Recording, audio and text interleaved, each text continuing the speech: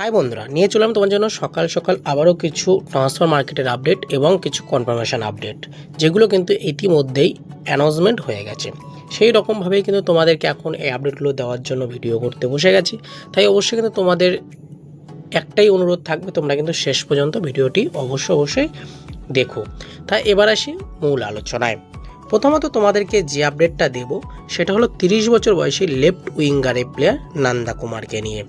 এই নন্দা কুমার লেফট উইংয়ের পাশাপাশি right wing এবং লেফট মিডিও পজিশনে খেলতে পারেন। মার্কেট ভ্যালু 1 কোটি টাকা।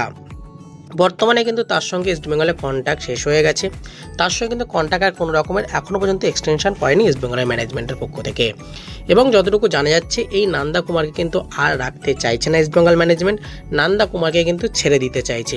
এবার তাহলে নন্দা কুমারের পরবর্তী গন্তব্য কোথায় হবে সেটা নিয়েও যেমন একটা প্রশ্নচিহ্ন থেকে যাচ্ছে, সেরকমভাবে কিন্তু নন্দা কুমারকে না রাখার পিছনে সবথেকে বড় যে ব্যাপারটা উঠে আসছে সেটা হলো তার ফিটনেসের কারণটা। কারণ তিনি কিন্তু আমরা দেখেছিলাম লাস্ট সিজনেও কিন্তু তিনি সেই মতোভাবে ফিট ছিল না, তিনি 90 মিনিটস মতো খেলার জায়গায় ছিল না, তার বিভিন্নভাবে বিভিন্ন জায়গায় কিন্তু চোট হচ্ছিল বারবার। সেই কারণে কিন্তু তাকে ছেড়ে দিতে সম্মতি দিয়েছে ইস্টবেঙ্গলের কোচ অ্যান্টনিও লোপেস হাবাস।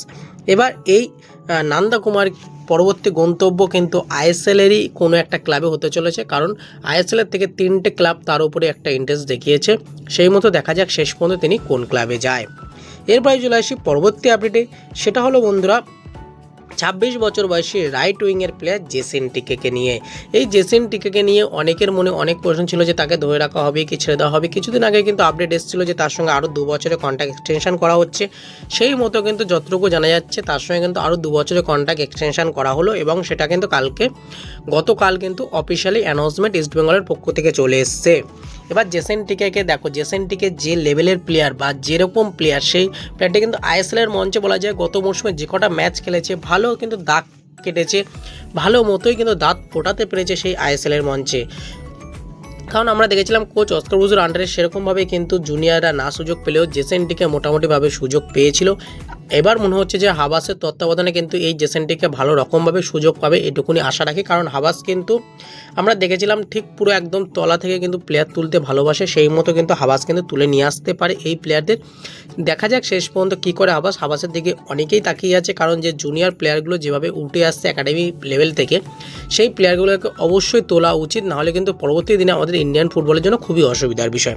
তাই জেসেনটিকের মতো প্লেয়ার কিন্তু ইন্ডিয়ার টিমে দরকার। আর জেসেনটিকে কিন্তু খুব তাড়াতাড়ি আসতে চলেছে আমাদের এই ইন্ডিয়া টিমে, এটুকুনি বলা যায় যদি তিনি ইস্টবেঙ্গলে ভালো পারফরমেন্স করে। কারণ তার মধ্যে কিন্তু আমরা ভালো কিছু খিদে দেখতে পেয়েছি। তাই সেই জায়গা থেকে দেখতে গেলে তার যদি আরেকটু গাইড হয় তাহলে কিন্তু অবশ্যই তিনি পরবর্তীতে বড় মঞ্চে আরও ভালো প্রমাণ করতে পারবে। এরপরে চলে আসি পরবর্তী আপডেটে। সেটা হলো বন্ধুরা 24 বছর বয়সী লেফট ব্যাকের প্লেয়ার সন্দীপ মান্ডিকে নিয়ে। এই সন্দীপ মান্ডি লেফট ব্যাকের প্লেয়ার, তার মার্কেট ভ্যালু 80 লক্ষ টাকা। তিনি কিন্তু ইন্টারকাশির প্লেয়ার ছিল, আর সেই ইন্টারকাশিতে কিন্তু কোচিং করেছিলেন কোচ হাবাস। এবার সেই হাবাসের হাত ধরে কিন্তু তিনি চলে এলেন ইস্টবেঙ্গলে। ইস্টবেঙ্গল কিন্তু তার সঙ্গে 2 বছরের চুক্তি সেরে ফেলেছে এবং সেটা কিন্তু গতকাল অফিসিয়াল অ্যানাউন্সমেন্টও চলে এসছে। সন্দীপ মান্ডি কিন্তু 2 বছরের চুক্তিতে ইস্টবেঙ্গলে এলো।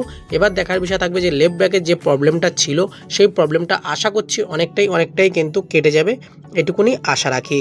শুধু লেফট ব্যাক বলে কথা নয়, রাইট ব্যাকেও একটা প্রবলেম আছে, কারণ রাইট ব্যাকে কিন্তু একটি প্লেয়ার মোহাম্মদ রাকিব ছাড়া কিন্তু আদার্স সেরকমভাবে কোনো প্লেয়ারকে আমরা এখনও পর্যন্ত দেখিনি। তাই সেই জায়গাতে তার চাপটা কমানোর জন্য কিন্তু সেই জায়গাও কিছু প্লেয়ার দরকার। এবার দেখা যাক সেই জায়গায় কোন প্লেয়ার নিয়ে আসে।